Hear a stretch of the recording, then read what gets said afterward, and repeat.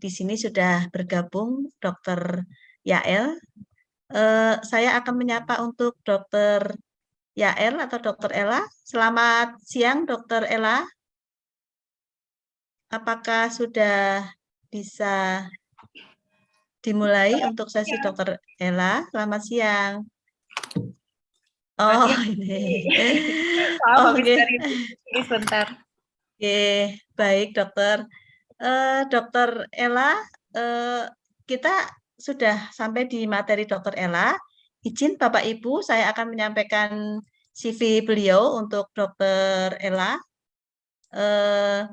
Nama lengkap adalah Dr. Yael Esti Nurfitri Kuncoro, SPKK Fiskua Fine DV. Kemudian untuk pekerjaannya beliau adalah surveyor UKP, kemudian surveyor rumah sakit, kemudian kabit penunjang medis di RS Kensaras, kemudian ketua komite pencegahan infeksi, pengendalian infeksi di RS Kensaras, kemudian ketua subkomite mutu profesi komite medik di RS Kensaras. Untuk pendidikannya, beliau dari Universitas Kedokteran Universitas Diponegoro Semarang, kemudian pendidikan dokter spesialis ilmu kesehatan kulit dan kelamin di Undip.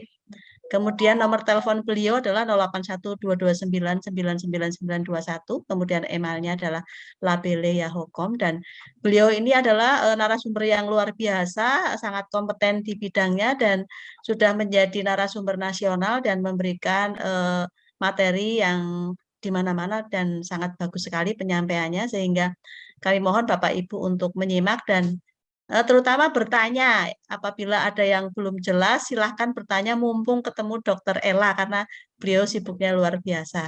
Terima kasih Dokter Ella, ini kelihatan cantik hari ini Dokter Ella, kami persilahkan untuk waktunya. Terima kasih. Siap, terima kasih Mbak Upi. Salam sejahtera untuk kita semua.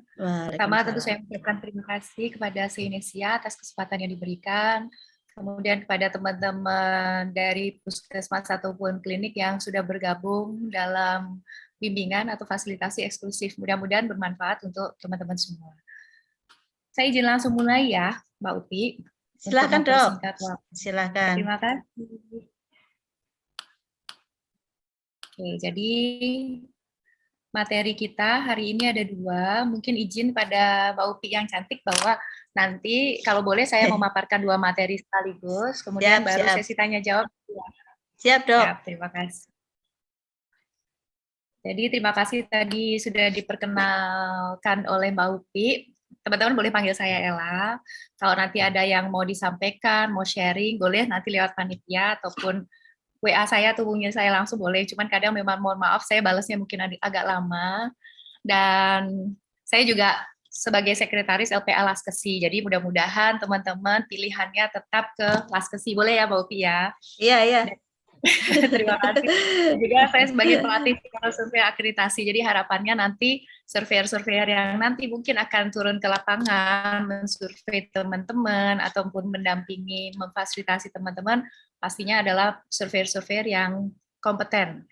Karena kita sangat fokus terkait dengan bagaimana mencetak surveyor-surveyor yang handal untuk mendampingi teman-teman. Oke, izin saya langsung mulai. Terkait dengan IKRA yang akan kita bahas, saya mungkin agak pelan-pelan aja ya, karena waktunya cukup lumayan. Karena nanti kan teman-teman ini bisa sebagai refresh atau sebagai dasar nanti teman-teman, kan tujuannya salah satunya kan bagaimana untuk pertama bisa memberikan layanan yang menjunjung tinggi prinsip-prinsip PPI, yang kedua goal berikutnya harapannya nanti dengan teman-teman mengimplementasikan ini semua tentu dapat lulus akreditasi dengan nilai yang memuaskan ya. Nah di sini nanti ada beberapa referensi yang teman-teman harus baca karena kita tahu bahwa banyak yang nanti akan teman-teman kerjakan. Jadi mohon ada 2 referensi yang teman-teman nanti harus baca sampai khatam ya. Jadi kita belum berganti, Permenkesnya masih Permenkes 27 tahun 2017. Jadi baca. Kemudian ada buku Juknis PPI, ini pasti tadi Dr. Monica Kris atau Dr. Kris sudah sampaikan. 2 referensi ini adalah sebagai dasar nanti bagaimana teman-teman melaksanakan pencegahan pengendalian infeksi. Nah, buku biru ini kan sudah khusus untuk teman-teman di FKTP. Jadi Mudah-mudahan bisa membantu mengarahkan teman-teman bagaimana implementasi yang benar di Fasiankes teman-teman dengan segala keterbatasan yang ada. Nah, kita masuk ke materi IKRA. Jadi apa sih sebetulnya IKRA? Di sini kita bahasa apa ya? Singkatan darinya dulu. IKRA adalah Infection Control Risk Assessment. Jadi risk assessment, teman-teman tahu bagaimana risk assessment itu, bagaimana assessment resiko, manajemen resiko. Nah, ini prinsipnya sama dengan bagaimana nanti teman-teman mengerjakan manajemen resiko, tapi fokusnya hanya pada mengkontrol infeksi. Ya, jadi prinsipnya sama persis, tapi fokus infeksi. Jadi di sini nanti ada suatu kegiatan, kita tahu bahwa kita melakukan manajemen resiko kan tentu untuk bagaimana sih biar minimal resiko untuk meningkatkan mutu. Nah, prinsipnya sama, tapi lebih fokus pada menilai dan mengontrol resiko infeksi. Nah, yang berikutnya, ini ada suatu proses yang multidisiplin ya. Jadi bukan berarti, udahlah pasrah aja deh sama koordinator PPI aja, biar beliau aja yang ngerjain. Enggak, tapi multidisiplin. Jadi banyak disiplin-disiplin ilmu terkait, banyak petugas-petugas yang terkait dalam menyusun IKRA ini. Ya, dan tentunya semua mempertimbangkan dari kondisi masing-masing. Jadi boleh nggak nyontoh Fasiankes yang lain? Sebagai contoh boleh. Tapi apakah itu bisa diterapkan secara sama dengan Fasiankes teman-teman? Belum tentu. Ya, karena kan masing-masing punya keunikan dari segi populasi pasiennya, dari segi fasilitasnya, dari segi program-programnya. Jadi secara template silahkan, tapi isi tolong teman-teman harus paham betul supaya nanti dapat mengerjakan atau membuat IKRA dengan benar. Karena surveyor tahu. Jadi kalau hanya sekedar copy paste dokumen itu mudah, tapi surveyor akan tahu, oh ini benar atau enggak, ini sesuai enggak, ini hanya copy paste atau enggak. Ya, nah tentu fokusnya pada bagaimana mengurangi risiko, dan yang enggak kalah penting, selain risiko-risiko terkait dengan program PPI atau pelayanan, ada juga risiko terkait dengan fasilitas teman-teman. Bagaimana kalau ada konstruksi, renovasi, nah itu juga menjadi salah satu hal yang wajib teman-teman pikirkan. Nah, jadi secara umum, bagaimana teman-teman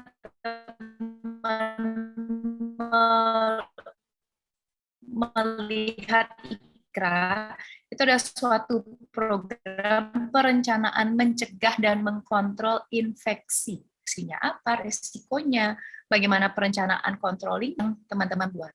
Ya, jadi fokuskan kajian tersebut pada kajian untuk resiko infeksi. Sehingga kalau kita bicara resiko-resiko infeksi, tentu teman-teman harus bisa tahu bahaya-bahaya yang bisa menyebabkan resiko infeksi apa saja. Dan aktivitas apa ya yang ada di Fasiankes saya yang tentunya beresiko. Nah, nanti waktu teman-teman bikin IKRA, tujuannya tentu kita pengen bisa mengontrol resiko. Baik itu dari segi frekuensi atau dampak dari resiko tersebut terhadap tentunya kuman-kuman. Kemudian terhadap tindakan-tindakan teman-teman yang tentunya ada resiko-resiko infeksi yang muncul. Kaitannya juga dengan HAIS. Nah, di sini agar nanti setelah teman-teman bisa mengidentifikasi masalah, resiko yang muncul terkait infeksi, bisa memikirkan, mengevaluasi mana yang prioritas, kemudian memikirkan upaya tindak lanjutnya.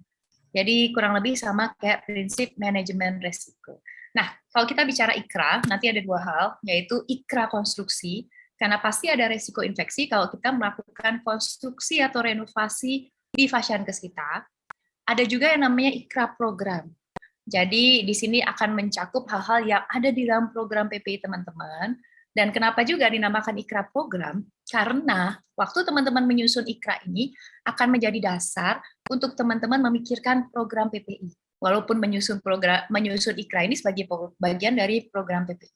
Ya, nanti supaya teman-teman akan lebih bisa melihat garis atau benang merahnya, nanti kita sambil diskusikan bersama dan kita lihat. Ya.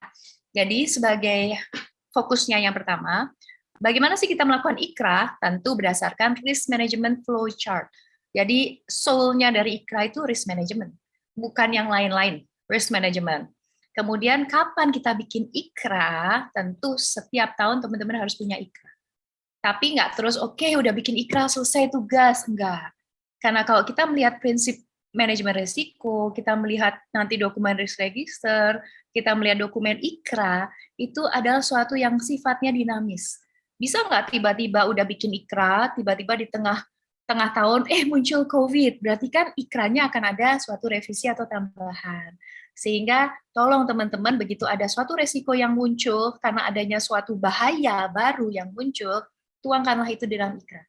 Sehingga teman-teman bisa melihat, oh ikra itu dinamis ya, nggak berarti selesai resiko, sudah selesai, kalau ada resiko yang lain, lupakan aja, ada bahaya yang lain, biarin aja tahun depan, enggak. Tapi teman-teman tetap memikirkan itu. Nah, poin berikutnya, siapa yang melakukan, tadi ya kata kuncinya, multidisiplin. Jadi nggak cuma saya, misalnya saya sebagai ketua komite PPI yang ngurusin saya doang, IPCN saya berdua pergi bikin ikra, enggak. Karena prinsip dari kita melihat manajemen resiko, siapa sih orang yang paling tahu bahaya yang ada di sekitar tempat kita kerja, dan risiko yang muncul karena ada bahaya tersebut adalah orang yang ada di unit tersebut. Ya, teman-teman PPI fungsinya apa dong kalau gitu? Nah, teman-teman PPI fungsinya memfasilitasi, ngajarin, yuk bikin ikra, kemudian kalau masing-masing unit sudah membuat ikra, tim PPI atau koordinator PPI yang mengumpulkan. Gitu ya teman-teman ya. Jadi bukan hanya tugas satu orang, tapi semua orang wajib bisa membuat ikra, wajib bisa menganalisa. Karena penting kita tahu resiko pekerjaan kita, sehingga kita bisa memikirkan upaya supaya risiko itu jangan sampai terjadi. Kalau teman-teman memasrahkan, udah biarin aja PPI yang mikirin, aku nggak peduli, misalnya begitu ya, teman-teman nanti nggak akan aware dengan resiko, amit-amit resiko itu beneran terjadi, baru menyesal kemudian hari.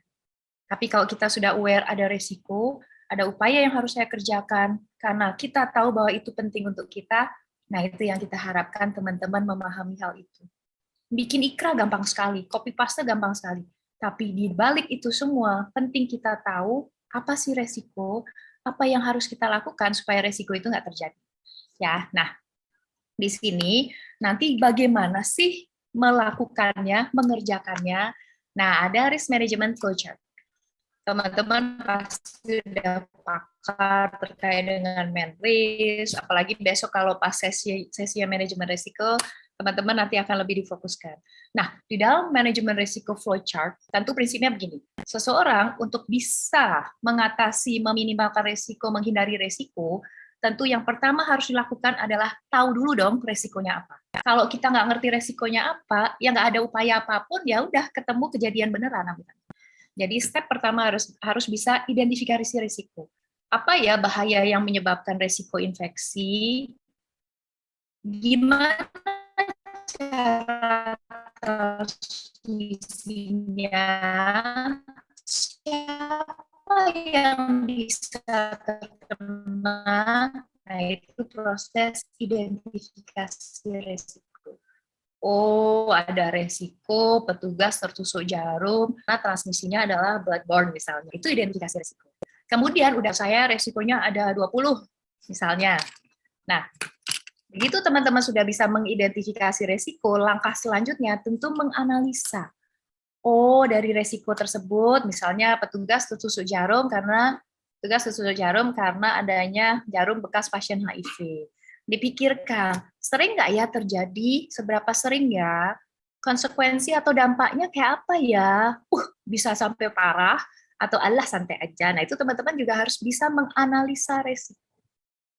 Ya, dan sampai kenapa bisa terjadi. Nah, langkah berikutnya udah tahu, resikonya adalah petugas tertusuk jarum. Analisanya jarang banget terjadi kayaknya, kemudian resiko dampaknya parah nih kayaknya.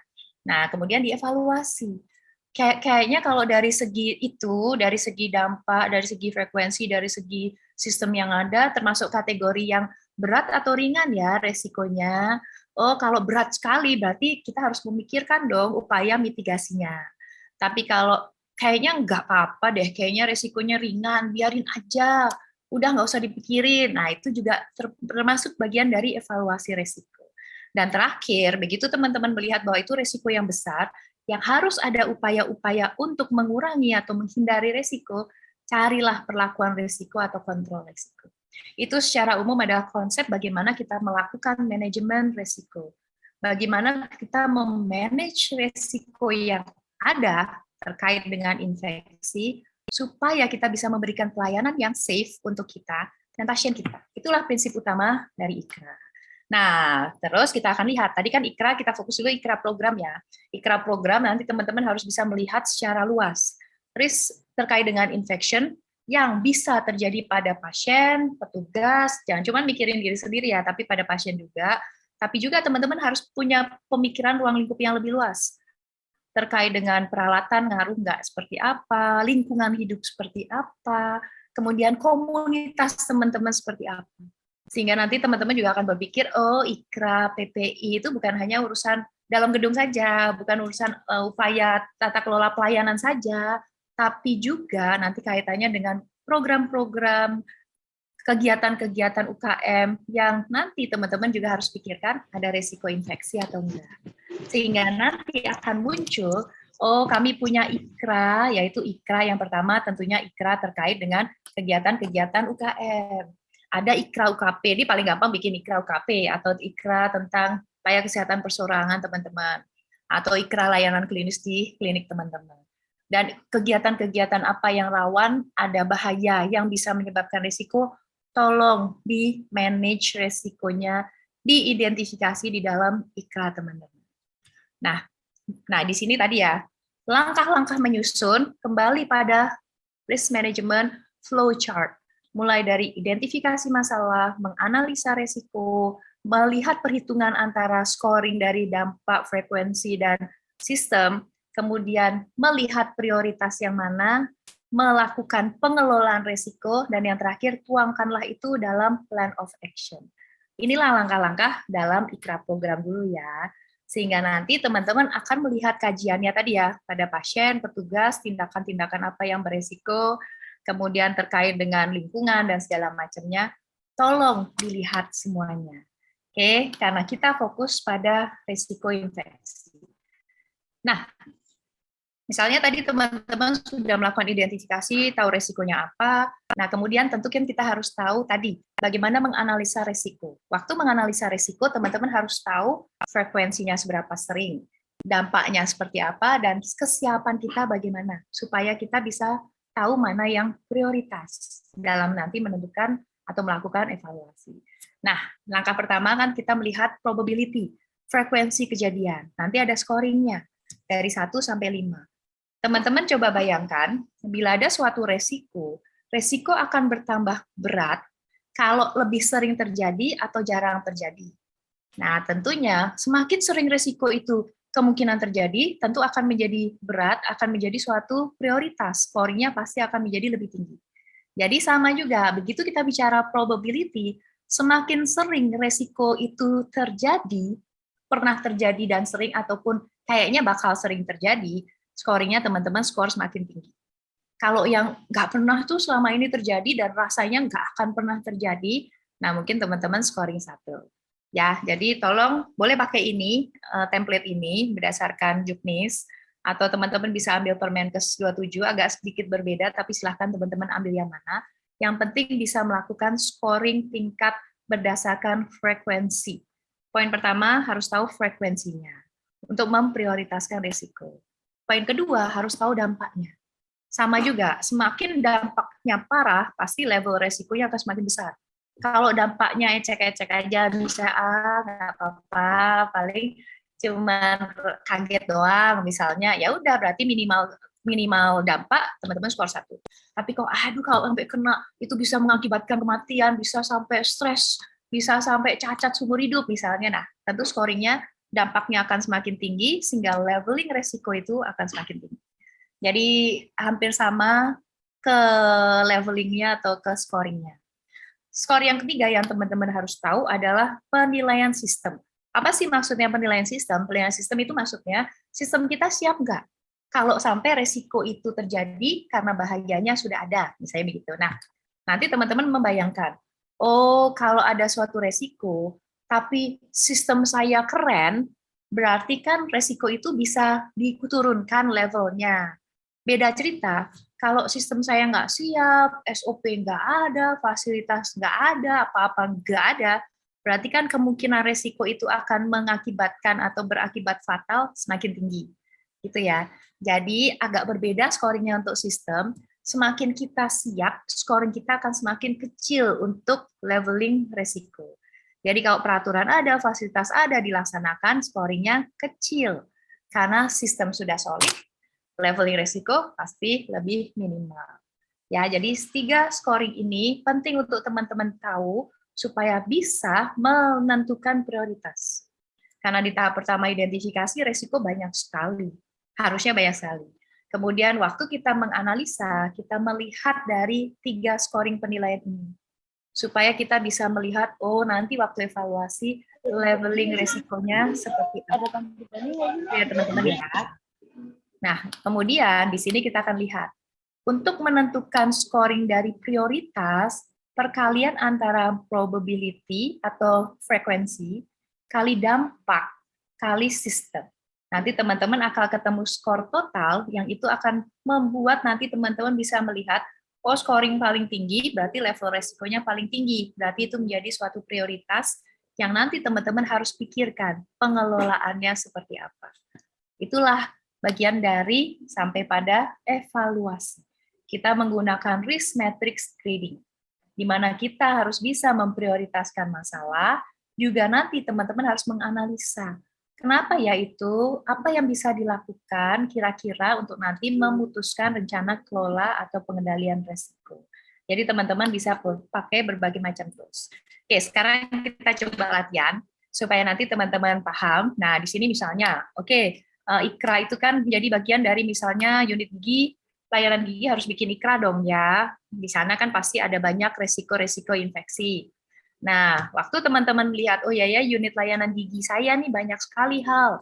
Yang pertama, peralatannya masih nggak jelas tuh, padahal udah tahu, Dokter Kris sudah sampaikan peralatan itu kan harus kritikal sampai kritikal, dipisahkan, diproses. Tapi kita nggak ada begituan. Muncul ada suatu bahaya yang tentu berakibat suatu resiko.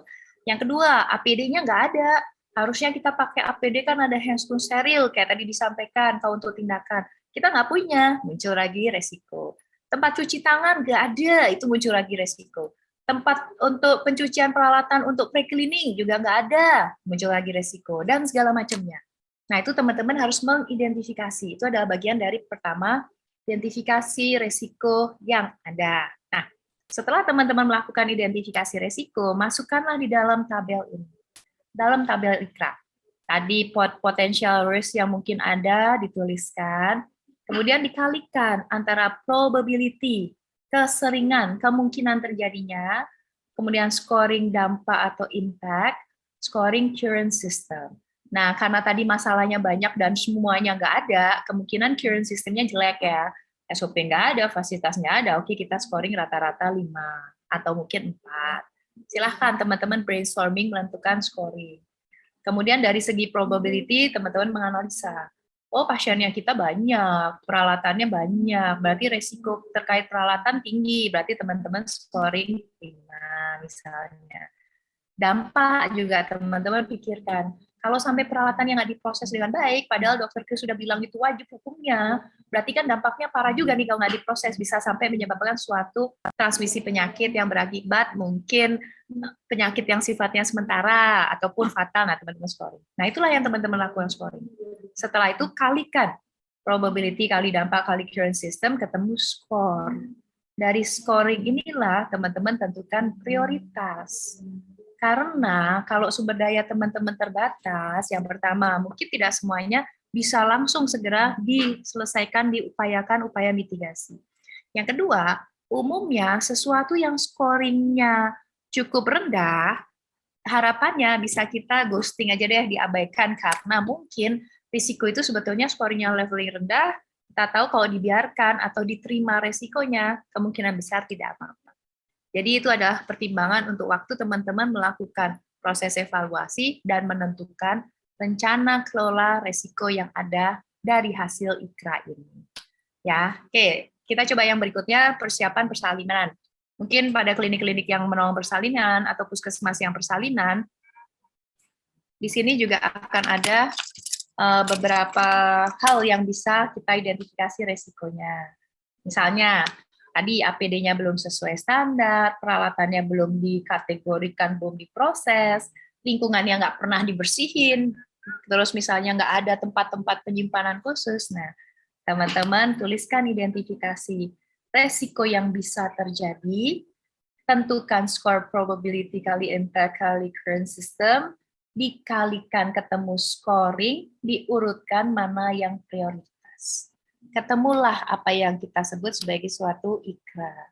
Nah, satu tambahan, bahwa IKRA itu kan masing-masing unit harus melakukan.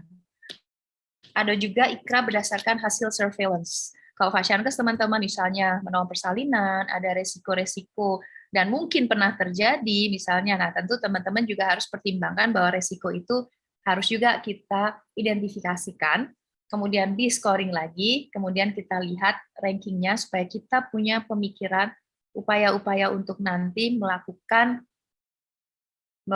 nanti upaya kelola resiko.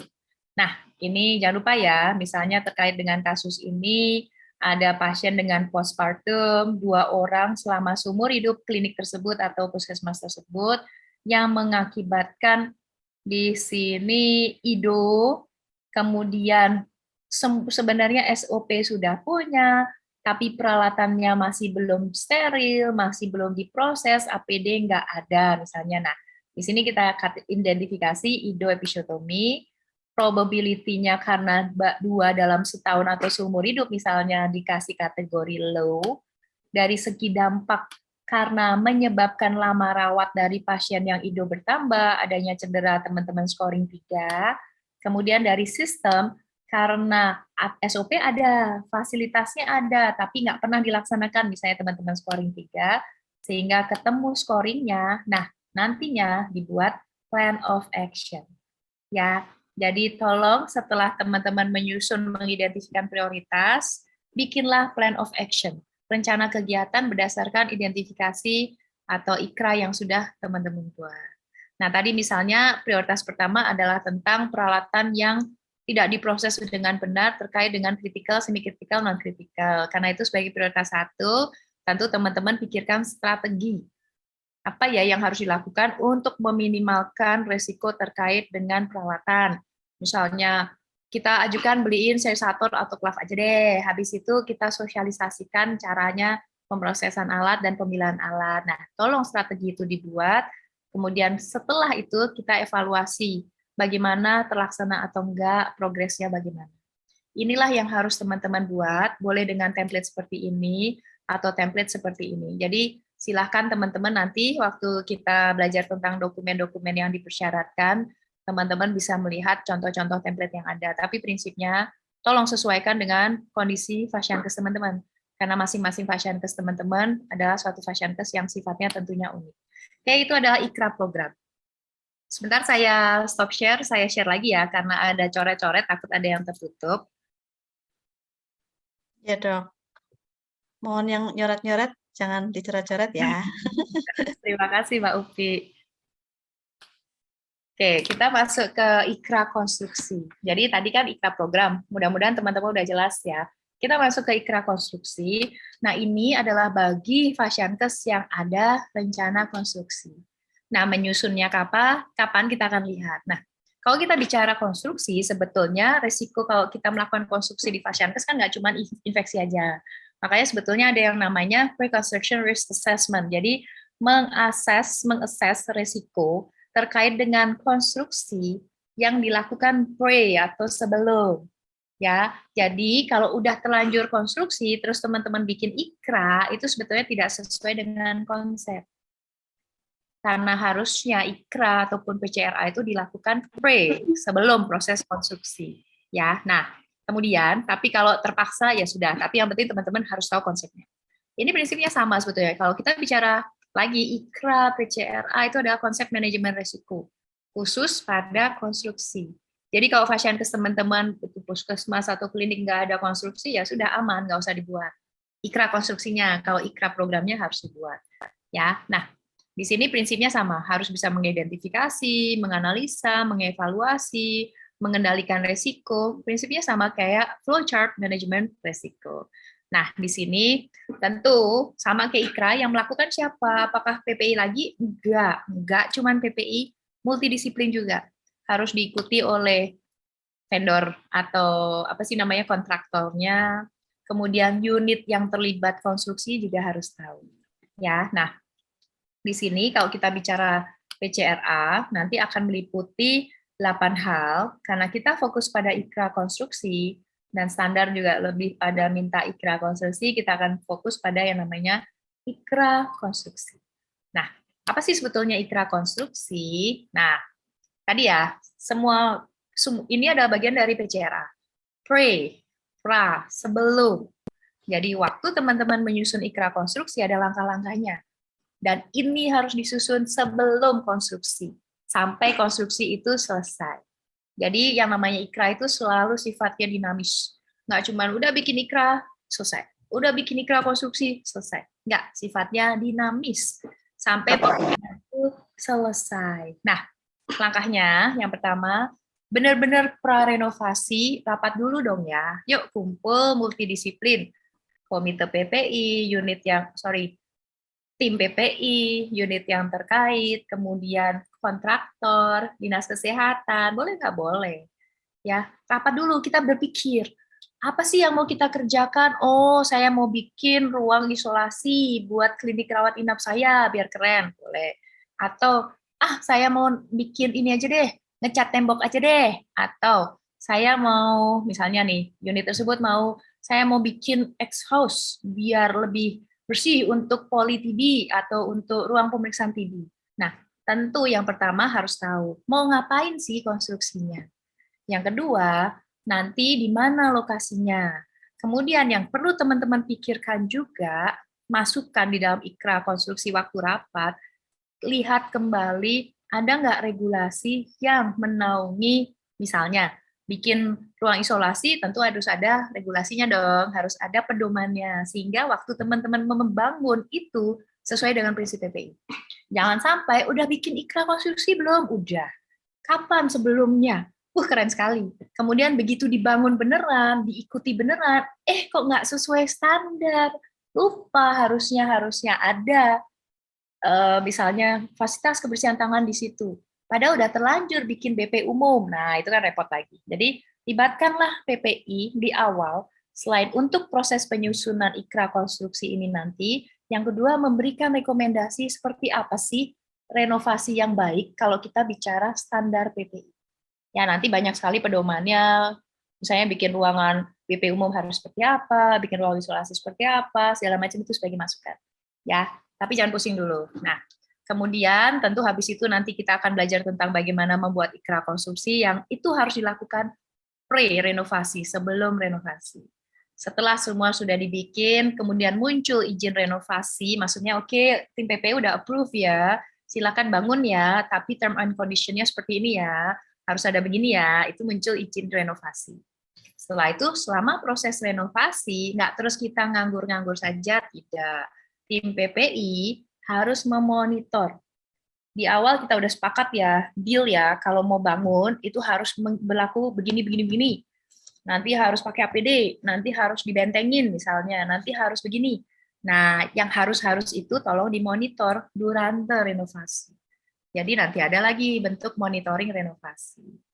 Kemudian setelah selesai proses renovasi, nggak terus selesai lagi. Enggak, komite PPI, tim PPI harus melihat. Oke, udah selesai, limbahnya masih banyak enggak, masih berserakan enggak, tiba-tiba banyak sisa makanan, banyak tikus lagi misalnya karena kontraktornya buang sembarangan, misalnya itu harus dicek. Ya, kemudian nilai kelayakan bangunan tapi dari sisi resiko infeksi. Pastikan, kemarin saya udah bilang loh, kalau bikin ruang BP umum harus jendelanya seperti ini, harus ada fasilitas hand hygiene-nya. Oke, selesai proses renovasi, cek lagi. Oh, BP umumnya udah bagus nih, bangunannya kokoh nih. Nggak begitu sih, tapi udah bagus ya bangunannya, fasilitas kebersihan cuci tangannya sudah ada, oke, cocok.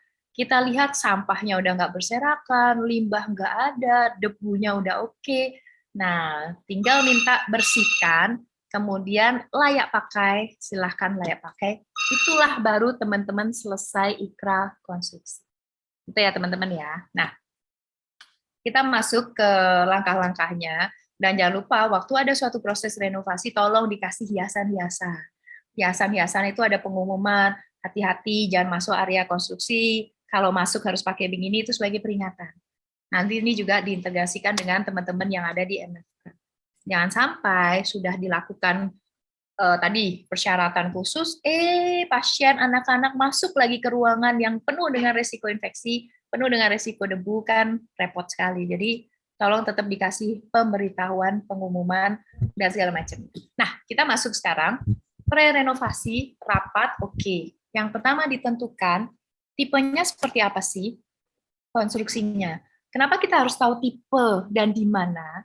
Karena kita harus mengetahui leveling resiko lagi. Sama kayak kita bicara IKRA program, kita harus tahu dulu dampak probability current system. Kalau konstruksi, kita harus tahu jenis konstruksinya seperti apa. Karena dari kita mengetahui jenis konstruksi, kita akan bisa memikirkan, oh resikonya berat atau ringan. Contoh, kalau tipenya cuma ngecat doang, cepet banget, paling cuma 2 jam selesai ngecat. Kemudian ngecatnya cuma 1 peta doang. Nah, dari situ kita akan berpikir, oh kalau tipenya begitu mah tipe kecil, kita kategorikan tipe A. Tapi kalau misalnya bongkar gedung, sampai bikin gedung baru, misalnya dibongkar, bikin bangun, baru itu kan proyek yang luar biasa besar, tentu debu di mana-mana, orang yang bekerja di situ banyak, waktunya panjang, nah tentu masuk di kategori yang lebih berat di tipe D. Jadi teman-teman sesuaikan dengan tipe konstruksi yang akan dikerjakan dengan tipe A sampai D. Masukkan di kategori ini. Setelah tahu tipenya, kita tahu, oh akan ngapain, tipenya A, ngecat doang. Habis itu kita harus tahu di mana. Karena di kelompok-kelompok kategori itu kan berbeda. Contoh, di kantor mah jarang ada pasien, mungkin nggak ada. Terus area kantor kan udahlah biarin aja kepala puskesmasnya aja yang ada di situ, mungkin kategorinya ringan-ringan aja misalnya ya. Nah, berarti teman-teman kategorikan rendah. Tapi kalau wah, itu ruangan-ruangan IGD misalnya, banyak tindakan. Kalau dibongkar di situ, kita lagi hacking, kan repot sekali tuh resiko debu, bakteri terbang kemana-mana. Nah, di sini mungkin masuk di kelompok 3. Jadi disesuaikan. Kita penting mengidentifikasi kelompok resiko ada di ruangan mana, untuk kita tahu seberapa berat risikonya. Prinsipnya sama kayak yang tadi. Jadi, nanti begitu sudah ketemu, kita akan kategorikan supaya kita tahu levelingnya. Contoh yang ingin saya coba, yang pertama, di sebuah puskesmas plafonnya ambruk karena habis habis misalnya gempa bumi yang amit-amit ya. Oke, ada plafon ambruk, tentu kita mau konstruksi dong. Konstruksinya seperti apa kalau plafon ambruk. Kemudian mengingat lagi, oh ya harus tahu itu lokasinya di mana, karena kita harus tahu resikonya berkategori seperti apa, terkait dengan siapa yang ada di ruangan tersebut dan tindakan apa yang ada. Oh, ternyata di ruang perawatan. Berarti kita tahu, oh kalau kita mau benerin plafon, tadi tipenya apa ya? Oh, tipe benerin plafon dan agak besar, mungkin kategori tipe B, karena nggak yang ringan, cuman ngecat, cuman pindah kabel mah itu tipe A, tapi ini masuk tipe B.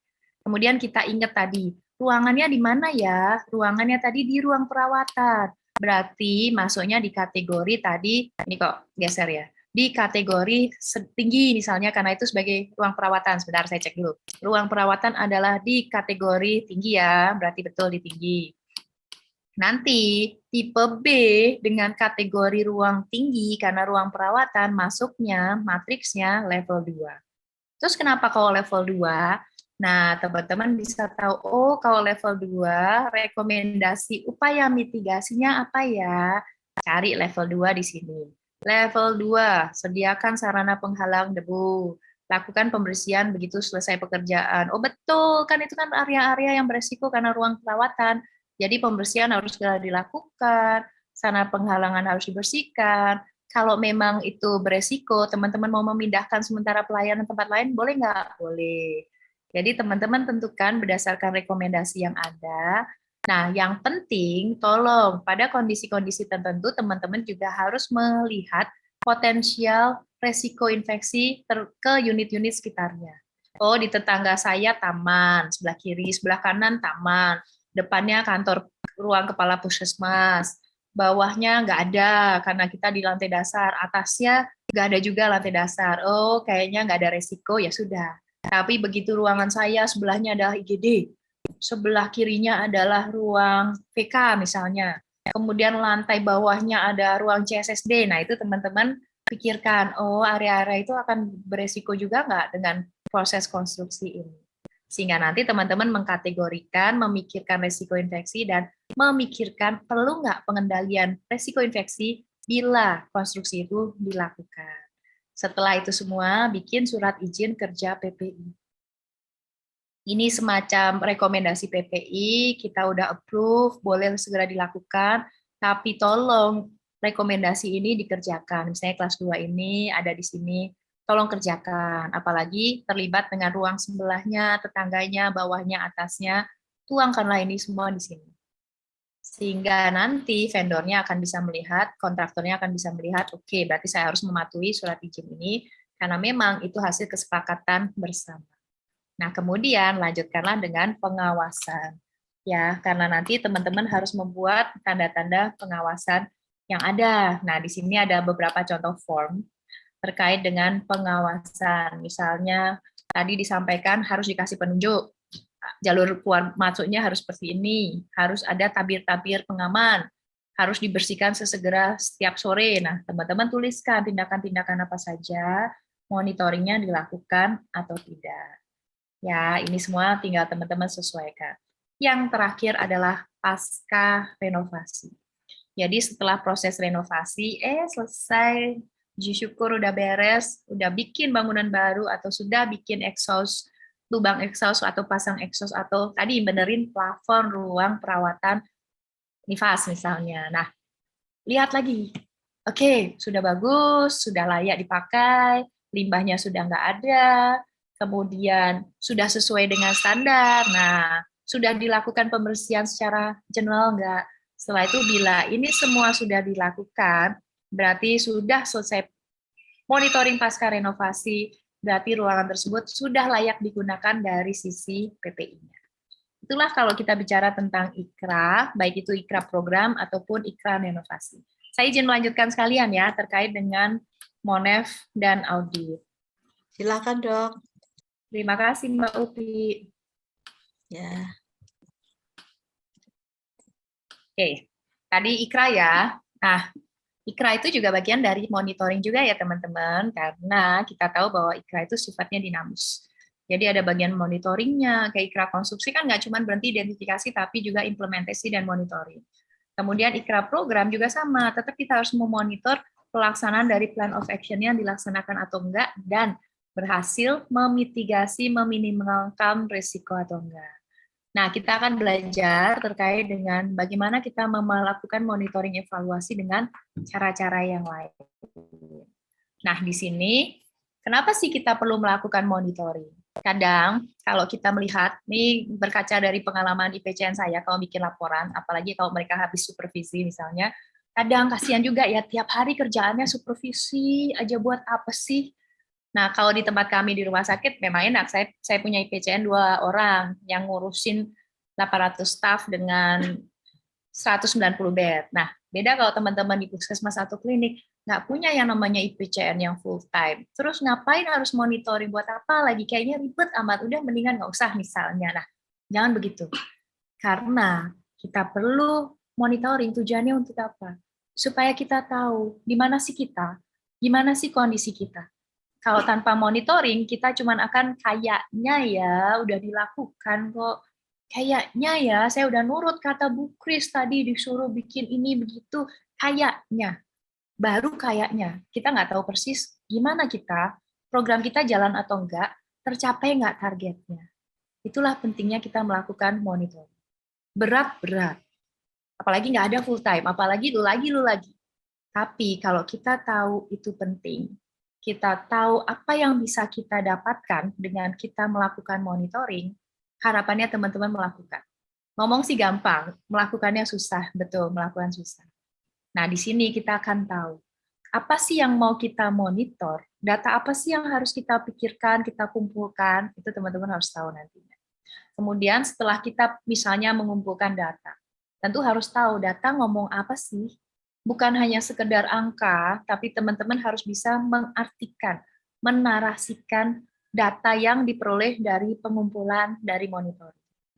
Ya, baik itu nanti kita bicara indikator, capaian, pelaksanaan program. Nah, monitoring untuk program juga ada. Jadi monitoring itu nggak hanya sebatas monitoring indikator nasional kebersihan tangan. Itu dilakukan nggak? Iya, itu dilakukan. Dari situ kita tahu datanya seperti apa, ngomong apa. Tapi teman-teman juga harus memonitor pelaksanaan programnya. Oh, ada program kita melakukan edukasi kebersihan tangan. Dilakukan beneran nggak? Kalau dilakukan ada kendala nggak? Ada masalah nggak? Perjalanan atau prosesnya seperti apa? Nah, itu semua harus dimonitor. Jadi, nah, mau berapa kali sebulan, berapa kali setahun, silahkan teman-teman tentukan. Memang kalau kita baca di Juknis itu atau di Permenkes bilangnya minimal banget kalau mau monitoring ya sebulan sekali lah. Karena dari situ kita bisa mendapatkan data yang kita bisa narasikan, bisa mengerti data itu ngomong apa. Semakin cepat, semakin pendek boleh nggak? Silahkan. Teman-teman sesuaikan mau monitoring seperti apa, tapi pastikan apa yang teman-teman monitor itu mencapai tujuannya. Ya, jangan cuman yang penting isi data deh, yang penting ada bukti monitoring, saya mau akreditasi nih bulan depan, harus ada tuh monitoring, nggak begitu. Tapi kalau teman-teman melihat betapa pentingnya monitoring itu, harapannya tergerak betul untuk melakukan proses monitoring, sehingga data yang teman-teman dapatkan, teman-teman bisa pertanggungjawabkan, dan itu juga menjadi suatu masukan untuk nantinya pengambilan keputusan tertentu. Nah, di sini, nanti waktu kita bicara monitoring, tentu nggak cuman, oke, kayaknya kepatuhan kebersihan tangan 100%, atau oke, kita udah lakukan edukasi terus, tapi kita juga bisa mereview selama proses ada masalah enggak, hasilnya bermasalah enggak. Begitu ada masalah, tentu kita harus melakukan mikirin solusi enggak. Begitu ada masalah, pikirkan dulu kenapa ada masalah itu muncul, sehingga nanti teman-teman bisa memikirkan solusi. Jadi mohon untuk nanti teman-teman membiasakan untuk yuk monitoring. Dulu tertidur, dulu aduh berat banget sih monitoring. Makanya teman-teman sesuaikan mau monitoring seperti apa supaya target tercapai, tujuannya tercapai.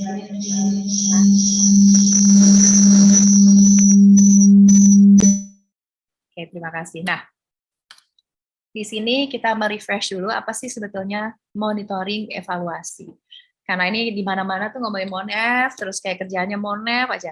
Habis akreditasi juga nanti ada Monef aja. Nah, apa sih sebetulnya monitoring? Kalau kita bicara monitoring itu atau monitoring secara umum, itu adalah suatu proses pengumpulan data dan melakukan suatu analisa.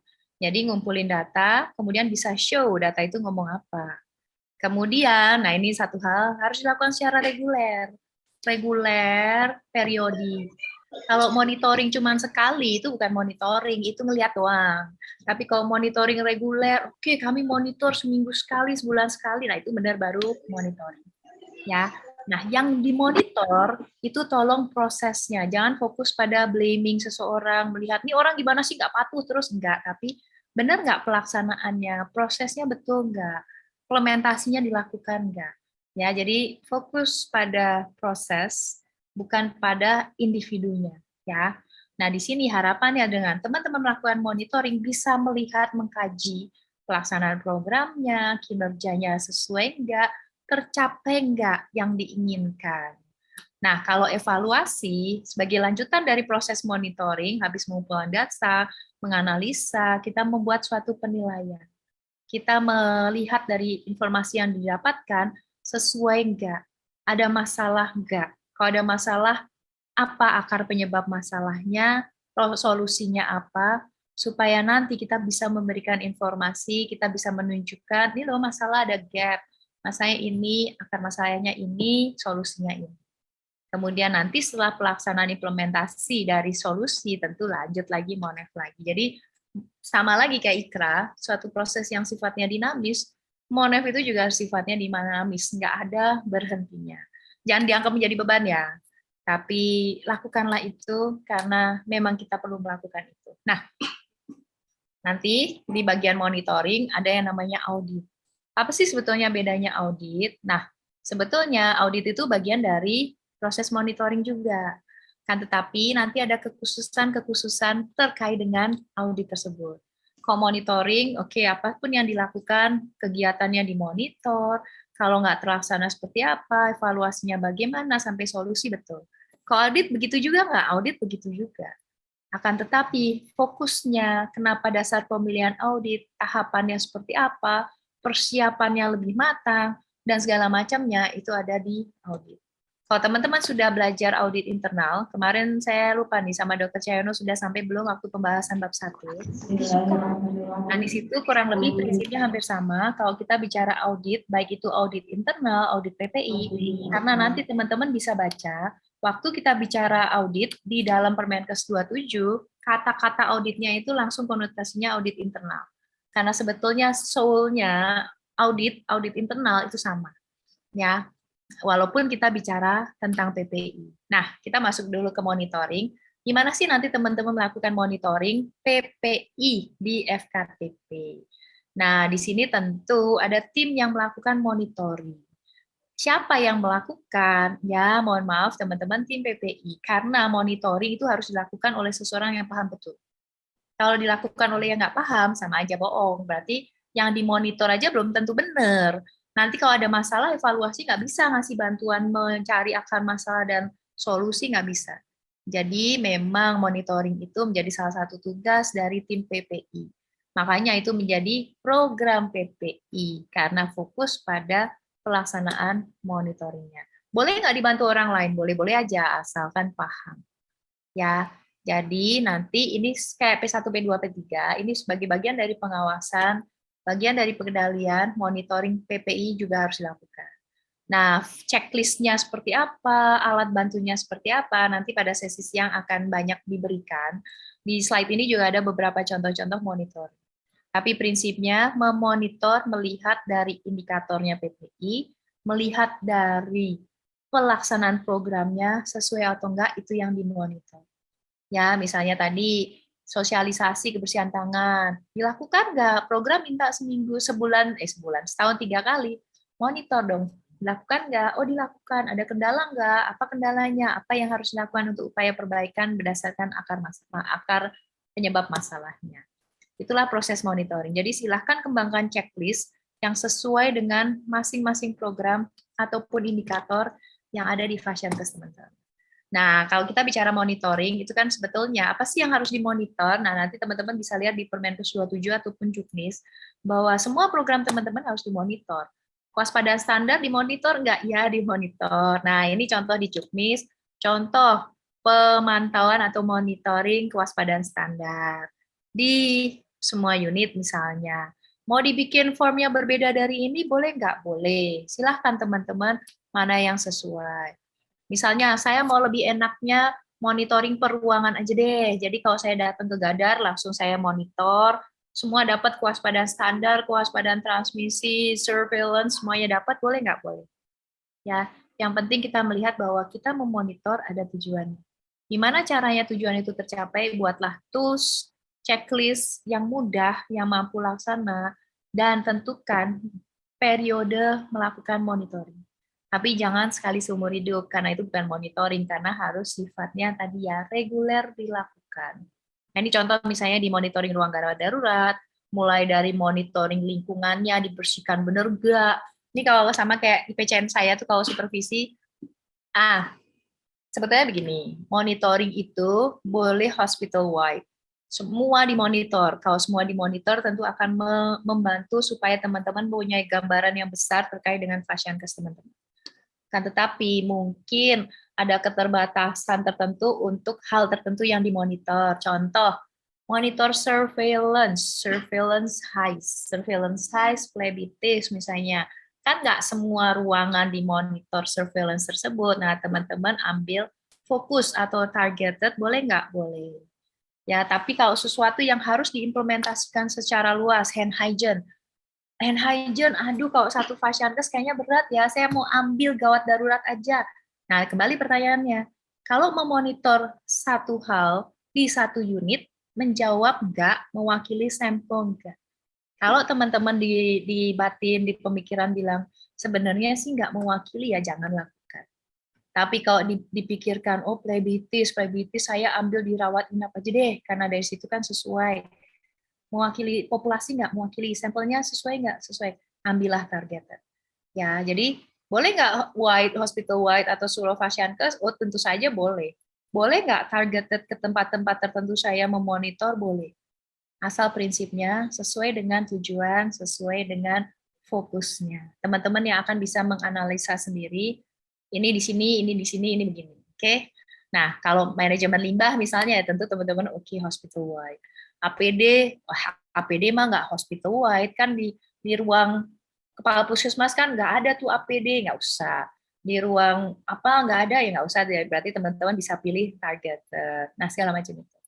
Ya, nah di sini silahkan teman-teman, misalnya linen, tentu saya monitoring linen lebih di ruang perawatan dan di tempat linen. Saya monitor ruang peralatan pasien pemrosesan, ya berarti di CSSD atau sentral pemrosesan, dan mungkin di penyimpanan-penyimpanan di unit yang ada tindakannya. Jadi teman-teman harus bisa melihat secara global supaya bisa menentukan langkah monitoring yang sesuai dan mampu laksana untuk Fasiankes teman-teman. Nah, ini beberapa contoh-contoh yang nanti teman-teman boleh adopt, dan nanti waktu sesi dokumen, teman-teman juga bisa mendapatkan beberapa contoh. Atau teman-teman juga bisa pakai form, ini contoh yang saya ambil dari mana ya? Ada contoh yang runut, khusus pemrosesan alat, di ruang pemrosesan alat, ada runutannya, boleh nggak boleh? Ya, jadi silahkan. Mudah-mudahan tidak jadi beban, terus mikir kok kerjaan saya jadi banyak sekali ya. Tapi kalau teman-teman melihat pentingnya kembali, harapannya melakukan. Mampu laksana nggak? Mampu laksana, banyak puskesmas yang sudah bisa melakukan itu. Ya, ini juga contoh di gizi dan segala macamnya. Jadi teman-teman bisa ambil contoh-contohnya. Itulah monitoring secara umum berdasarkan dari program. Sekarang kita masuk ke salah satu tools monitoring yang sifatnya khusus, yaitu audit. Audit pada PPI ada nggak? Ada. Tujuannya tentu menilai. Sama kayak audit, kita punya kriteria atau standar. Kita melihat di lapangan. Ada nggak gap antara kriteria dengan pelaksanaan beneran? Oh, ada gap, berarti ada masalah tuh, berarti diperbaiki. Itu tujuan dari audit. Mengidentifikasi ada perubahan, ada ketidaksesuaian nggak, supaya bisa membenahi ketidaksesuaian itu menjadi sesuatu perbaikan biar sesuai. Nah, di sini sasarannya silahkan mana yang secara misalnya yang menjadi prioritas atau itu sebagai bagian dari INM, atau ada masalah terkait dengan itu terus saya mau audit bagian itu, boleh nggak? Boleh. Atau teman-teman mau meminta masukan dari semua staff, apa ya yang harus saya audit untuk PPI yang kira-kira menjadi prioritas, itu yang diaudit, boleh nggak? Boleh. Jadi silakan teman-teman tetapkan bagaimana melakukan suatu proses audit yang seperti apa. Nah, langkah-langkah audit, kalau teman-teman sudah belajar tentang audit internal, entah sudah atau belum nanti di sesi selanjutnya, langkah-langkahnya kurang lebih sama. Di mana tentu harus membuat rencana audit sesuai dengan prioritas. Jadi teman-teman tetapkan, apakah semua yang dimonitor programnya, misalnya program PPI ada 30, semuanya diaudit nggak? Nggak harus. Teman-teman ambil yang prioritas, yang kayaknya harus diaudit, kayaknya perlu turun tangan secara khusus, perlu ada suatu diskusi bersama untuk mengatasi masalah. Nah, itu silahkan teman-teman tetapkan sebagai prioritas untuk membuat audit plan. Kemudian kalau udah punya audit plan, tentu harus punya tools melakukan audit. Lakukanlah proses audit, kemudian lakukanlah penilaian dan analisa. Jadi prinsipnya sama seperti audit internal. Nah, waktu teman-teman melakukan audit, tentu ada target capaiannya mau seperti apa. Instrumen atau tools-nya tolong dibuat sesuaikan dengan kriteria yang sudah ada atau standar yang ada. Kemudian tetapkan siapa yang mau saya audit, auditinya siapa, berapa banyak.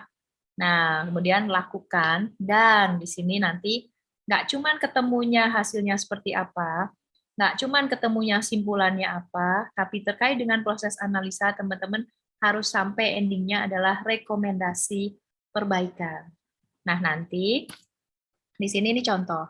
Yang paling sering diaudit, yang sekalian juga bisa menjadi proses untuk membantu meningkatkan kepatuhan atau untuk capaian INM, teman-teman bisa menggunakan audit yang paling sering dilakukan. Nah, di sini Nanti ada dua yang umumnya dilakukan, audit KKT dan audit hand hygiene. Saya ambil contoh audit yang pertama ada audit kebersihan tangan. Mau pakai instrumen seperti apa? Nah, kalau mau pakai instrumen berdasarkan INM boleh. Mau bikin instrumen sendiri boleh nggak? Boleh. Formula perhitungannya, mau sesuai dengan indikator nasional mutu, sesuai dengan kamus indikator yang ada, boleh nggak? Boleh. Silahkan. Yang penting temuan teman-teman seperti apa? Punya standar sesuai dengan WHO atau regulasi teman-teman, punya form atau instrumen penilaian atau tools, kemudian teman-teman punya formula untuk mengetahui, melihat juga gimana sih hasil atau temuan auditnya seperti apa. Ya, kemudian setelah teman-teman menemukan misalnya sudah diaudit, audit pertama di bulan Maret, audit kepatuhan kebersihan tangan, kami mau audit hospital wide aja, semuanya kita mau audit misalnya ya. Oke, dapatkan temuan misalnya audit kepatuhan 80%. Nah, ini contoh formnya, silahkan mau pakai form WHO, form INM, kurang lebihnya sama. Nah, kemudian ini ada beberapa contoh sebetulnya. Kalau hanya merefresh aja, kalau misalnya kita bicara KKT, kalau INM kan spesifik KKT terkait dengan 5 momen terkait dengan pasien. Saat pemberian obat, saat melakukan pengambilan sampel, dan sebagainya. Kan tetapi kadang sebaiknya ya teman-teman juga perlu mempertimbangkan audit kepatuhan kebersihan tangan kepada petugas-petugas yang momennya agak berbeda, hanya sedikit masukan aja. Tentunya kita sebagai orang PPI harus bisa melihat bahwa hand hygiene itu nggak hanya terkait dengan pasien, tapi ada kondisi-kondisi khusus, baik itu petugas gizi, petugas kebersihan, petugas limbah, petugas pengelola limbah, maaf, kemudian petugas pendaftaran, mungkin kan momennya agak berbeda, itu ada baiknya teman-teman juga lakukan audit. Tugas farmasi juga kan berbeda. Nah, ini contoh-contoh aja form-formnya. Kemudian, nah, tadi ya, proses audit tidak hanya sampai ketemu datanya seperti apa, tapi teman-teman harus melakukan analisa terkait dengan data yang didapat dari audit, dan harus bisa membuat suatu keluaran audit, yaitu rekomendasi perbaikan. Sehingga kalau teman-teman melihat suatu hasil audit, misalnya audit kepatuhan hand hygiene puskesmas di bulan Oktober, capaiannya seperti ini berdasarkan profesi. Kira-kira tercapai nggak? Oh, target kita kan 80%. Ada yang tercapai, banyak yang enggak misalnya. Nah, berarti kalau ada gap, ada ketidaksesuaian realita dengan kriteria, berarti ada suatu masalah karena nggak matching. Nah, begitu ada masalah, nah kembali, begitu ada masalah, pertanyaannya, saya mau langsung memikirkan solusi atau ada langkah lain yang harus teman-teman pikirkan. Nah, harus selalu ada di mindset teman-teman. Pokoknya kalau ada masalah, jangan langsung pikir solusi. Karena kalau kita ada masalah langsung pikir solusi, belum tentu solusi menyelesaikan masalah. Tapi yang harus teman-teman lakukan, begitu ada masalah, cari akar masalahnya. Karena begitu teman-teman bisa menggali akar masalahnya, dari situ bisa memikirkan rencana solusi yang harapannya bisa menyelesaikan masalah, karena yang diselesaikan akar masalahnya. Gitu ya. Jadi masalah jangan langsung pikir solusi. Ih, nggak patuh, solusinya hukuman. Ih, nggak patuh, sosialisasi. Yakin sosialisasi bisa menyelesaikan? Belum tentu. Sehingga, iya ada masalah, kepatuhannya nggak benar. Bukan nggak benar, sorry. Nggak sesuai nih, berarti nggak patuh, cari dulu kenapa. Apa sih nggak patuh? Oh, karena petugasnya males. Boleh nggak petugas males? Jangan fokus pada petugasnya, tapi pada prosesnya, pada sistemnya. Sehingga, oh petugasnya nggak melakukan karena katanya, bukan katanya, nggak boleh katanya, karena harus based on fact.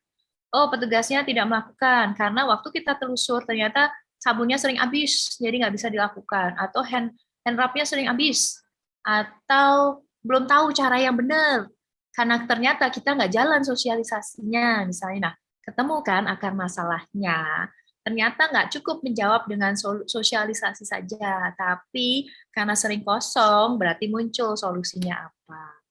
Oh, sering kosong bikin iritasi, akhirnya alternatif pemecahan masalahnya, oke, pengadaan hand rubnya tentu harus diperbaiki perhitungan kebutuhan. Atau misalnya ganti dong dengan sabun atau hand rub yang lebih oke biar nggak iritasi. Nah, ini yang harapannya hal-hal seperti inilah yang teman-teman lakukan.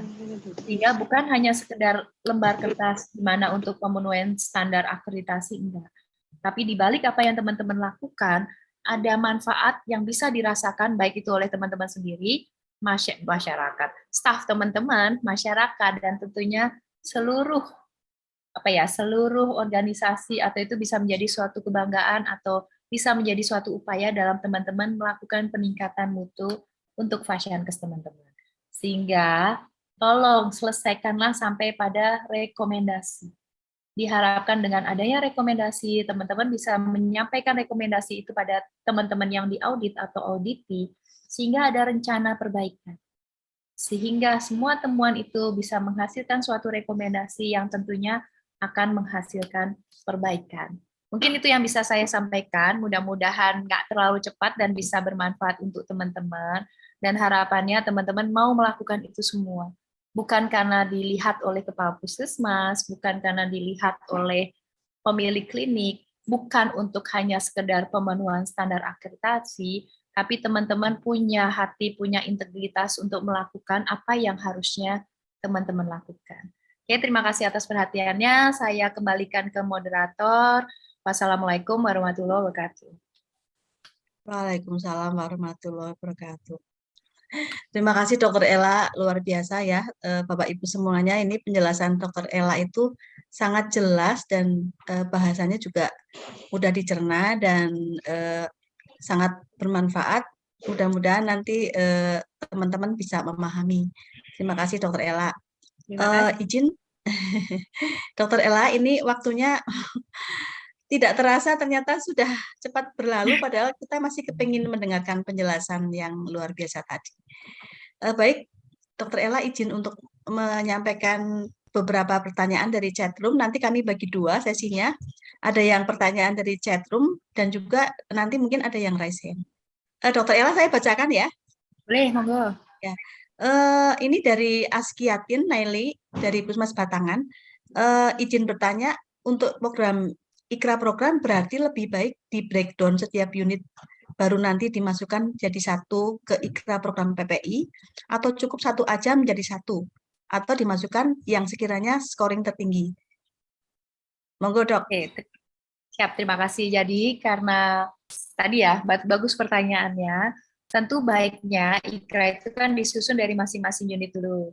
Jadi dari bawah dulu, jangan terus punya besar di breakdown, jangan. Tapi dari yang semua unit itu punya dinaikkan ke ke tim PPI, kemudian teman-teman kumpulkan jadi satu. Nah, nanti yang masing-masing prioritas kan ada scoring-scoringnya itu. Nah, itu teman-teman stabilu. Ya, karena ini yang mungkin tadi saya lupa penekanan bahwa apa yang teman-teman dapatkan di Ikra, kemudian nanti muncul ke POA, itu menjadi dasar, nama Ikra program ya, menjadi dasar untuk dimasukkan di dalam program PPI. Ya, jadi misalnya oke, dari Ikra pelayanan pelayanan gigi, prioritas pertama adalah tidak tersedia, belum dilakukan pemrosesan alat sesuai dengan standar sehingga risiko transmisi. Nah, di situ POA-nya bilang pengadaan autoclave untuk membantu pemrosesan karena saran sesuai dengan apa yang tadi disampaikan Dr. Kris itu ya. Nah, masukkan dalam perencanaan di program PPI. Oke, perencanaan yang pertama terkait dengan pemrosesan alat, pengadaan autoclave gitu ya. Jadi bagusnya bukan dari atas di breakdown enggak, tapi sebagai susunan dari yang ada di bawah, naikkan ke atas, dikompil jadi satu, yang prioritas di blok atau diwarnain silahkan, atau ditebelin atau apa silahkan, atau diurutkan dari paling prioritas sampai bawah silahkan. Ya nanti dari situ akan jadi dasar untuk teman-teman menyusun POA. Itu ya Dok ya. Demikian Mbak Upri. Terima kasih dokter untuk penjelasannya. Untuk pertanyaan selanjutnya.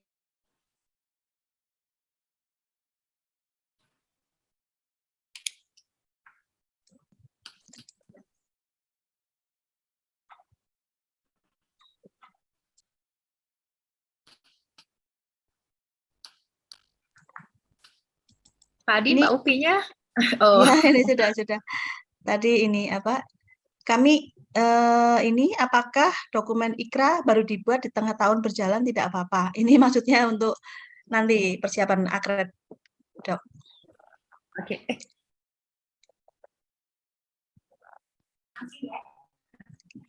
Mohon maaf ya, mohon maaf. Untuk menjawab Ya, dari Puskesmas Arut Selatan, syukurlah kalau sudah memahami IKRA. Nah, boleh nggak dibuat tengah tahun berjalan? Buatlah nggak apa-apa. Yang penting teman-teman punya IKRA, walaupun ini nanti kan, nanti dari situ bisa menjadi POA, yang nanti teman-teman bisa menjadi revisi dari program PPI, nggak boleh. Itu nanti teman-teman isi aja terus, maksudnya sekarang bikin nggak apa-apa, kemudian nanti itu menjadi dasar atau nanti di akhir tahun teman-teman compile lagi untuk menjadi dasar membuat program berikutnya boleh. ya, Daripada nggak bikin, buatlah. Oke. ya, terima kasih dok. Ini perbedaan IKRA ini dari Pusmas Kelirong. Perbedaan IKRA dengan manajemen risiko dan bagaimana penerapan dan pelaksanaan. Tadi mungkin Oke. sudah dijelaskan ya dok, tapi mungkin So, simpelnya aja. ya, simpelnya sama aja, tapi kalau IKRA fokus pada infeksi. Nah, seperti apa manajemen risiko itu dasarnya, jadi jangan dibedakan. Tapi kalau teman-teman nanya, bedanya daftar risiko dengan 1.4, bedanya daftar risiko di 5.2, nah itu ada perbedaannya. Tapi prinsipnya manajemen risiko nggak beda karena IKRA itu manajemen risiko khusus infeksi. Nanti register risiko itu semua risiko termasuk infeksi dan segala macamnya. Kalau di 1.4 itu akan fokus pada risiko terkait dengan fasilitas. Jadi hanya beda di fokus-fokusnya aja ya, tapi prinsipnya sama. Ya, terima kasih dok. Kemudian ini dari Pusmas Kebun Dalem, ini tentang memisahkan pasien non-infeksius dan infeksius. Solusinya bagaimana? Apakah ini menjadi suatu keharusan untuk puskesmas ini yang belum memisahkan? Terima kasih.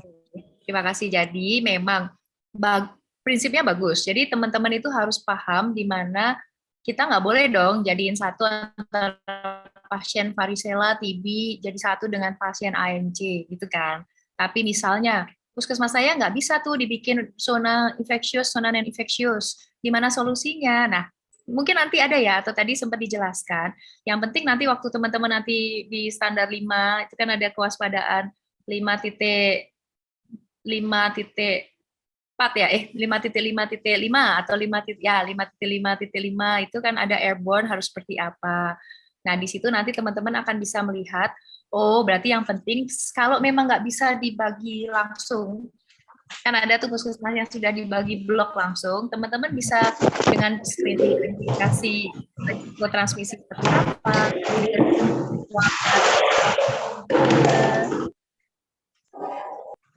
Mungkin mohon nah, izin di bisa mute. Ada yang bocor. ya, terima kasih. Jadi ada beberapa solusi. Memang PPI itu tadi Dokter Iris pasti sudah sampaikan bahwa PPI itu mau di mana aja itu sama. Akan tetapi bila tadi ada kendala belum bisa memisahkan karena kendala sumber daya atau kendala kita belum melakukan atau kendala biaya, pasti akan ada inovasi-inovasi yang teman-teman bisa pertimbangkan yang sesuai dengan standar supaya itu mampu laksana di pasien teman-teman. Itu ya, bisa dengan cara membagi jam, bisa membagi pemilahan di awal dan segala macamnya itu masih bisa teman-teman lakukan. Gitu, Nje. Terima kasih. Ini ada pertanyaan untuk IKRA program tiap unit pelayanan. Ini IKRA program untuk tiap unit pelayanan atau cukup satu IKRA program PPI. Ini dari Klinik Utama Anugerah dari Banjarnegara ya. Dan untuk membuatkan POA apakah dibuat setiap bulan? Gitu, Dok. Oke, jadi siap, terima kasih. Jadi karena ini sebetulnya kan IKRA itu kan miliknya satu Fasiankes, IKRA PPI. Jadi cukup satu aja, tapi harus memuat komponen yang ada di unit. Nah, untuk punya komponen unit-unit itu harus menaikkan. Saya punya IKRA begini ya, di unit saya ya begini ya. Nah, itu dikompil ya. Tapi kalau begitu ditanya mana IKRA-nya, teman-teman kasih satu aja. IKRA program PPI Klinik Anugerah. Nah, itu sudah oke. Tapi dasarnya dari masing-masing unit. Kalau nggak bisa ngumpulin, yuk duduk bareng, kumpul bareng, ngerjain bareng, boleh nggak? Boleh. Yang penting punya satu yang memuat semua unit yang ada. Nah, POA-nya sebaiknya, POA begitu teman-teman punya IKRA, kan disusun misal, ini kalau klinik mungkin lebih, timingnya lebih enak ya. Kalau klinik itu kan di akhir tahun teman-teman bikin IKRA, mengidentifikasi resiko, dari resiko prioritas teman-teman bikin POA.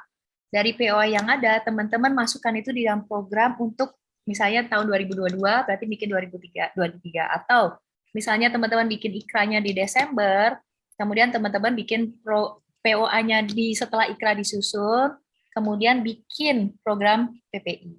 Gitu ya. Jadi cukup satu IKRA program besar, plan of action-nya dibuat di akhir tahun untuk tahun depan atau di awal tahun untuk tahun itu, silakan. Itu J, untuk nanti masuk ke program. Baik, terima kasih. Untuk selanjutnya, Pusmas Wanayasa 2 dari Banjarnegara juga izin bertanya untuk pemeliharaan gedung, apakah tetap dibuat pemeliharaan ini pemeliharaan itu mungkin bukan ini ya, bukan apa renovasi, mungkin perlu dibuat ikrar konstruksi apa tidak, Dok? Betul, jadi tergantung kan, tadi tergantung tipe pemeliharaannya. Kalau pemeliharaan teman-teman sampai bikin macam-macam, misalnya ya itu tentu harus diikrar konstruksi. Tapi kalau sekedar pemeliharaan, nah itu tergantung kategori pemeliharaannya ya. Kalau nanti teman-teman bisa menentukan berdasarkan tipenya. Kalau itu bukan merupakan bagian dari konstruksi, jadi enggak usah. Tapi kalau memang ada pekerjaan-pekerjaan, umumnya pekerjaan-pekerjaan itu mungkin kategori ringan ya. Nanti teman-teman cek kembali definisi, maksudnya pemeliharaan seperti apa yang teman-teman lakukan. Kalau ngecat bagian dari pemeliharaan, betul. Perlu dibikin ikrar nggak? Perlu dibikin, karena ada proses yang beresiko. Perlu dibikin PCRA nggak? Nggak perlu, karena itu ada kategori di mana cukup ikrar aja, tapi nggak PCRA karena tidak mempengaruhi resiko-resiko yang lain. Jadi nanti teman-teman pastikan tipe pemeliharaannya apakah masuk di tipe konstruksi yang ada tipe A, B, C, D itu. Gitu aja. Baik, terima kasih, Dokter. Kemudian ini dari Puskesmas Banjarnegara 1. Terkait ikra, apakah harus setiap unit membuat? Oh, ini tadi kayaknya sama ya, Dok, ini ya. Ya. Terus ini apakah cukup hanya tim PPI yang secara general? Sama ya. Kembali ke Nyun Sewu, kami berada di Puskesmas yang sangat terbatas tenaga. Kemudian ikra konstruksi belum dibuat, sedangkan bangunan Oh, ini ikra konstruksi belum dibuat, sedangkan bangunan renovasi sudah jadi. Apakah akreditasi ini tetap dibuat? Ini sudah yang sudah lalu, Dok. Oke, jadi kalau ini begini ya, kita melihat pada Juknis survei. Ini nanti teman-teman lihat dulu ya, kalau Juknis survei yang kan bilangnya begini. Ini Puskesmas ya. Kalau Puskesmas Banjarnegara, Puskesmas itu kan tarikan data pemenuhan EP, kalau teman-teman reakred kan 1 tahunnya. Jadi kalau ditarik ke belakang, renovasinya masih di setahun ke belakang, berarti kita akan meminta, waktu itu bikin ikrar nggak? Nah, itu berarti ya. Tapi kalau ternyata teman-teman konstruksinya Januari 2022, berarti nggak usah dipikirin, karena itu nggak akan diminta di standar akreditasi pas survei, tapi itu jadi pembelajaran besok dikit. Nah, kalau ternyata misalnya, oh itu baru bulan lalu, konstruksinya udah selesai, akan ditanya nggak oleh surveyor? Pasti ditanya. Perlu dibuat nggak? Nah, ini monggo nanti kalau ditanya pasti ditanya. Cuma mungkin teman-teman belajar bikin ikrannya, boleh teman-teman rapat internal bikin, oh harusnya ikrar seperti ini, surat izinnya seperti ini, tapi dempulin monitoring durantenya dan paskanya bisa nggak? Nah itu mestinya kan kalau implementasi nggak bisa tarik ke belakang, tapi nanti monggo Mbak Upi mungkin nanti bisa memberikan tips-tips khusus kalau yang sudah terlanjur gitu ya Mbak Upi ya. Ya, terima kasih, Dok. Karena ya, ya. Mungkin mohon kebijakan ini. Kalau misalnya biasanya kalau surveyor Laskesi kan baik-baik, ini ada Bu Monik, Bu Ella, memahami kondisi. Boleh, yang penting bikin dulu. Jadi, oke, ikrar kelewat, tapi bikinlah, nggak apa-apa. Ikrar konstruksinya, monitor, ya nanti Mbak Upi bisa bantu. Lega artis sih, kalau tanya saya sebagai narasumber, lega artisnya bisa nggak? Nggak bisa sih, karena itu kan, tapi boleh nggak kalau saya mau mencoba bikin lah, ya, supaya paling nggak ada skornya. Betul, paling nggak ada bukti-bukti, oh ya pernah membuat. Terima kasih. Bu Ella, ini waktunya kan sudah hampir habis ya, tapi ini kami memberi kesempatan untuk yang raise hand. Jadi nanti untuk pertanyaan yang belum terjawab kami catat, mungkin Dr. Ella nanti berkenan untuk menjawab. Ini kami memberi kesempatan untuk yang raise hand ini dari Bu Dr. Ana Susanti, ini dari klinik Resa Medika ya, Dok ya. Dr. Ana, silakan. Ya, terima kasih. Ini penggemarnya Dr. Ella ini. Wah, terima kasih. Selamat pagi, Dr. Ella. Selamat pagi. Dokter, izin bertanya. Mungkin tadi sih sebelumnya sudah ada yang bertanya, cuman saya agak spesifik lagi. Ini saya atas nama klinik maupun atas nama puskesmas, Mbak Upi. Untuk Puskesmas tadi seperti yang Dokter Ella sampaikan untuk juknis survei karena kami reakred kemungkinan berarti 1 tahun ke belakang itu harus ready dokumen ya. Nah, pas kami salah satunya kemarin juga kami merenov ruang-ruang depan itu kami sama sekali tidak membuat ikra konstruksinya. Jadi kami mungkin harus membuatnya termasuk juga klinik. Untuk klinik kami termasuk renov total kemarin. Kita sih sebenarnya kalau proses-proses seperti tadi yang dokter sampaikan dari mulai prarenovasi, selama renovasi sih sebenarnya kita lakukan ya dokter. Cuman yang kita nggak ada dokumentasi gitu loh, seperti rapat-rapat gitu. Cuman rapatnya adanya karena kayak klinik itu ya adanya saya selaku owner, kemudian apa itu pelaksananya dari kontraktornya gitu. Mungkin apakah hal-hal seperti itu kita boleh mungkin kita ulang, kita tembak lagi, kemudian kita siapkan dokumen-dokumen seperti yang tadi diminta, ada prarenovasi, renovasi sama selama sama setelah. Kemudian saya tanyakan lagi itu untuk monitoring ikra konstruksi itu apakah idealnya dilakukan setiap minggu, misalnya setiap step ada perubahan atau mungkin sebulan sekali. Kemudian untuk yang ikra program, sebenarnya kami puskesmas maupun klinik sama sekali belum buat dokter, tapi terima kasih. Sudah beberapa kali saya ikut pelatihan workshop PPI, alhamdulillah baru mudeng hari ini. Jadi insya Allah nanti Ya. mungkin itu dulu dokter. Terima kasih banyak. Oke, silahkan Dokter Ella langsung. Terima kasih Dokter Ana. Terima kasih, bersyukur sudah jelas. Mudah-mudahan nanti semangat membuat ya dok ya. Masih ada waktu untuk membuat supaya nanti bisa disesuaikan. Kemudian yang ikra konstruksi, kalau memang sebetulnya dibuat, mungkin tertulis di catatan-catatan, boleh teman-teman rapikan itu menjadi suatu dokumentasi yang sesuai. Jadi kan sebetulnya dilakukan, cuman pendokumentasiannya nggak jelas gitu kan ya dok ya. Nggak apa-apa, buatlah aja. Sambil teman-teman lihat catatan yang sudah ada, merefresh kemana hasil rapatnya gimana, teman-teman buat nggak apa-apa. Buatlah, supaya nanti sayang kalau sudah dibuat, cuman mungkin pendokumentasiannya entah kemana, kumpulkan lagi, buat lagi. Dirapikan aja dok, nggak ada masalah. Kemudian yang pertanyaan kedua tadi apa ya dok, yang sebulan sekali atau ini? Yang monitoring ikra konstruksi tadi, mungkin kita harus seminggu sekali atau mungkin setiap step-step perubahan, misalnya kan minggu ini jadi ruang poli umum, minggu besok ruang poli gigi, misalnya gitu-gitu, atau sebulan sekali. Oke, jadi itu boleh teman-teman tentukan. Maksudnya, kalau konstruksinya sampai setahun misalnya ya, oke kami monitor setiap bulan nggak apa-apa. Tapi kalau ternyata konstruksinya hanya beberapa bulan atau beberapa step, boleh nggak ada masalah teman-teman monitor di step-step masing-masing, itu nggak ada masalah. Karena yang penting itu teman-teman memastikan kembali vendor itu, karena kita bicara konstruksi ya, vendor dan semua orang yang terlibat itu benar nggak mengerjakan itu. Yang kedua, muncul kendala nggak? Misalnya tadi di ikra konstruksi bilang, oke, kami mau membuat tabir-tabir untuk menutup debu. Nah, waktu teman-teman memonitor, sudah dikasih kok tabir debu. Tapi ternyata masih bermasalah, debunya itu masih ke ruangan yang lain. Nah, targetnya itu sebetulnya. Jadi nanti dokter bisa menilai kayaknya ini karena konstruksinya pendek, nggak terlalu ini, oke kita monitor misalnya hanya 2 kali, itu nggak apa-apa, bisa disesuaikan. Yang penting tujuan dari kita melakukan monitoring itu bisa tercapai. Boleh kok dok, bagus itu kalau per tahapan atau per ini dilakukan, itu boleh. Enggak ada masalah. Kalau foto kita tidak lengkap gitu, nggak apa-apa, yang penting kita stepnya ada gitu ya dokter? Apa, nggak usah pakai foto, yang penting form-formnya jelas. Gitu.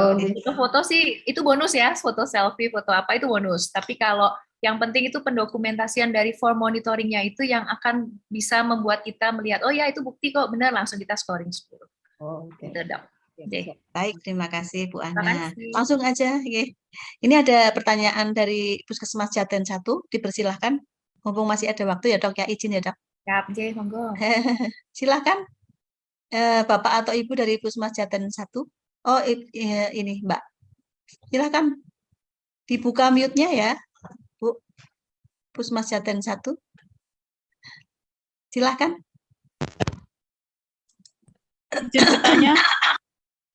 Izin bertanya, dokter, untuk ikra konstruksi apabila kami sudah membuat, tetapi dari pihak-pihak ketiga itu tidak mengaplikasikan. Jadi nanti buktinya mungkin sudah dijawab yang tadi nggih. Buktinya dari monitoring aja nggih berarti nggih. Sudah terjawab ya. Oke. Ya, berarti sudah. Satu lagi untuk yang raise hand, silahkan. Tadi ada 2 yang raise hand, cuma ini kami beri kesempatan satu lagi, masih ada waktu. Bagi yang raise hand, silahkan. Baik, sambil menunggu ya dok, ini tadi ada yang bertanya di chat room juga. Saya ambil satu pertanyaan yang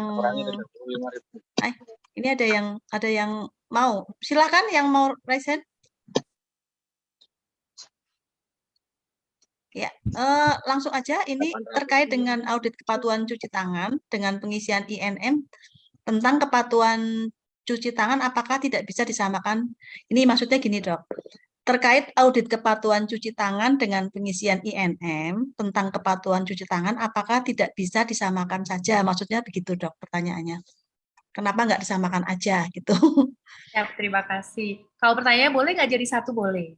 Karena kan tujuannya sama ya. Yang penting kalau INM kan sama ya, tetap harus selesai sampai lanjut sampai evaluasi. Kalau boleh. Jadi lakukan sama daripada teman-teman harus ngerjain audit segala macam.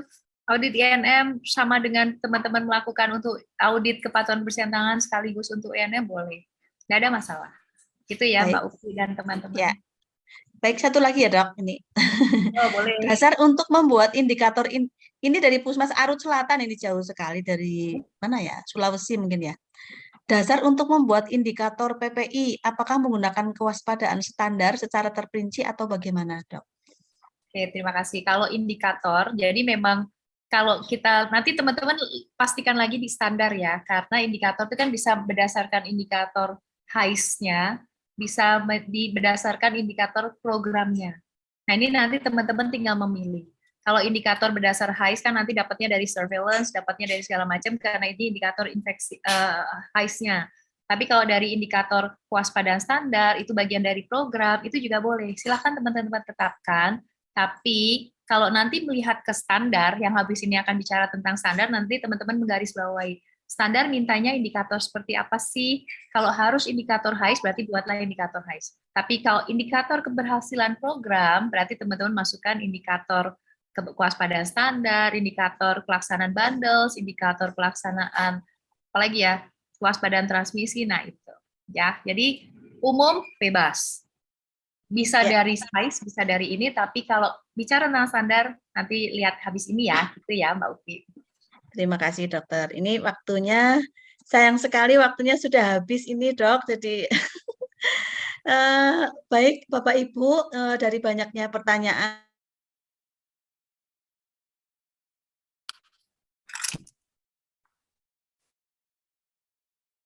yang sangat banyak ini kami ada di chat room dan akan kami karena waktu juga yang memisahkan dan jangan bosan-bosan apabila nanti ada misalnya diundang lagi untuk menjadi narasumber karena nampaknya ini baru pertama kali penjelasan IKRA itu dipahami oleh Dr. Ana dan mungkin juga oleh Bapak Ibu yang lain karena aplikatif dan banyak contohnya. Terima kasih sekali lagi kami ucapkan dan izin Dr. Ella nanti apabila berkenan ikut di workshop ini atau mungkin Dr. Ella nanti bisa untuk lanjut kegiatan. Terima kasih waktunya. Monggo. Terima kasih Mbak Ufi, terima kasih teman-teman. Sama-sama Dok, terima kasih.